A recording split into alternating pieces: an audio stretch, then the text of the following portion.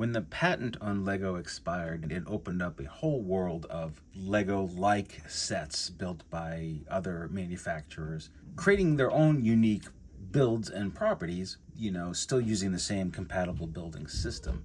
I have no love for the straight up knockoff Legos that just make fake Millennium Falcons and all of these things. I am okay about new sets using a Lego style system that aren't Legos. And this is one of those sets. This set comes courtesy of JMBricklayer, Chinese brick manufacturer. This is the 3-in-1 medieval weapon, set 3001. Now you notice here that it doesn't say, it says 3-in-1 here, but this is Remarkable Ancient Machine, part of the Civilization Medieval Times series. I don't know if they have other ones. 568 pieces, really nice packaging. It's got a sort of the satin with the gloss, so things kind of have a different sheen. It feels high quality all around, really.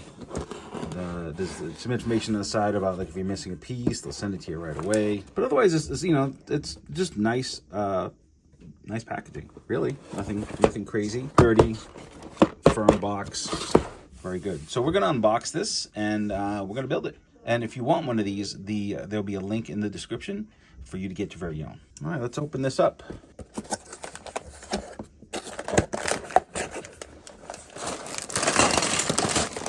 A lot of parts, and they just keep coming. Nicely bagged, numbered, so you do have your baggy numbering system like you do have in other sets. You do have a, this is a little Ziploc. Oh, and that's their, I think, is that their version of a parts remover, possibly? We'll find out. Some rubber bands, some chains, 4, could be 6, could be 9, 7, and the instructions. So taking a quick look at the instruction manual, it's nicely square bound. It looks like the instructions we all kind of know and love. It's easy. You can follow your regular instructions. You can follow these. It looks like it gives you instructions for all 3 modes. Now, remember, this is one kit that you can make each of these. Okay, so it's not 3 kits. I believe it's 1 kit. So the idea was that I was gonna go in order of the bags, right? You know, bag 1, bag 2, etc. But I'm not sure that, like, I opened bag 1, and normally, like, all the parts you need for the first step are in the first set. That is not the case. So I think I'm gonna have to open all the bags and then sort of work backwards, because, you know, I'm looking at the instructions here, and right off the bat, it needs a little connector piece, and that piece isn't in bag 1. So I think I just have to open it all. God help me.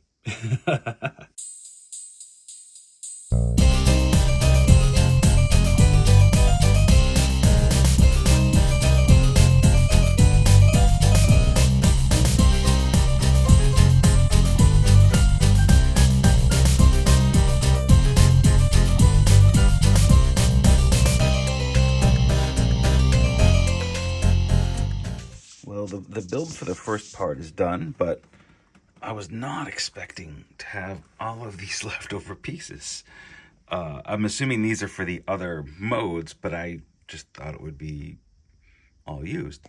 So here's the full build for the catapult version.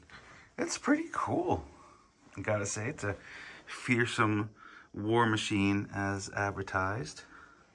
You know, I feel like, you know, the build was pretty good. There's a few places I got confused in, but I'm not like a big Lego guy, so to speak. So there are obviously maybe techniques that I wasn't super familiar with, or was like, I'm not sure where this is going to go. Obviously, it's not Lego. A lot of the concepts are similar. So to load this, I'm going to pull this back, push this down, and this sort of secures it in place. And then you have a little payload, like a rubber bomb. So let's see if we can get those droids at the end of the bar. Oh, hit him! I love the chains and the spiky bits. Altogether, it's really fun. I'm enjoying catapulting things across my desk. It's very enjoyable. So this was actually way more fun than I was expecting it to be. It works great.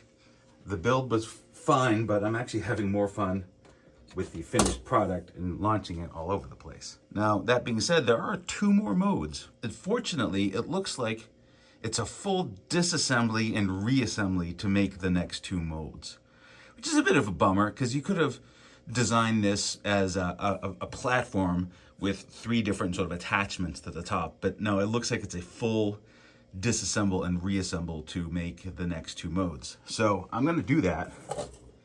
And I'm going to spare you the pain of having to watch me do that. And we'll look at the next 2 modes when they're ready.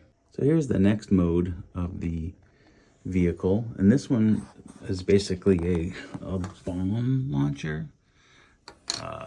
It isn't, despite using the same front end and wheels, it is an entirely different build. So you do have to pretty much disassemble the whole thing to build this thing.